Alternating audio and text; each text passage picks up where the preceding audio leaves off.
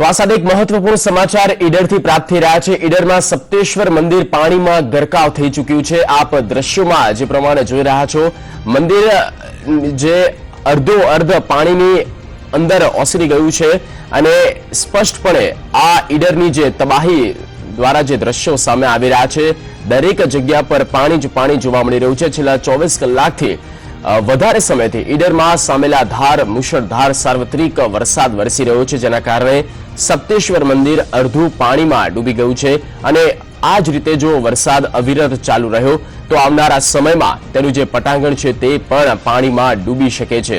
સપ્તેશ્વર મહાદેવ મંદિર જવાનો રસ્તો હાલ તો બ્લોક થઈ ચૂક્યો છે અને મંદિર અડધું પાણીમાં ગરકાવ થઈ ચૂક્યું, ત્યારે સપ્તેશ્વર મંદિરનું પાણીમાં ઘૂસી જતા હાલ તબાહીના દ્રશ્યો જોવા મળી રહ્યા છે। આ ઉપરાંત જો વાત કરવામાં આવે ઈડરની, તો ઈડરનો જે રોડ રસ્તા છે તે રોડ રસ્તાની હાલત પણ ખૂબ જ ખરાબ છે।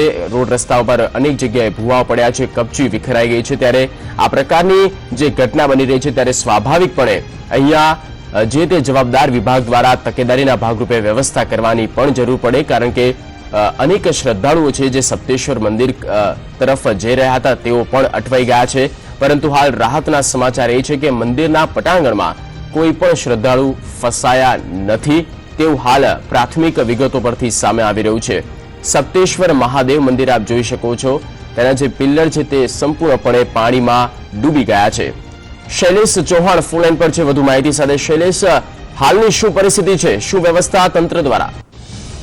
જો વાત કરીએ તો ઈડર તાલુકાનું સપ્તેશ્વર જે સાબરમતી નદી કિનારે આવેલું છે, ધરોઈ ડેમમાંથી પાણી છોડવામાં આવ્યું હતું, તેને લઈને સપ્તેશ્વર નદી ના પાણી આવ્યું હતું, તેના કારણે સપ્તેશ્વર મહાદેવનું મંદિર ડૂબી ગયું હતું। તે પણ આજે વહેલી સવારે 5 વાગે ટોચ પણ શિખર પણ ડૂબ્યું હતું, પરંતુ પાણીનો થોડો પ્રવાહ ઓછો થતા પાછું પાણી ઉતર્યું છે। હાલ પાણી સપ્તેશ્વર નદી મહાદેવ પાણીમાં છે। જી બિલકુલ શૈલેષ, આભાર સમગ્ર માહિતી આપવા બદલ।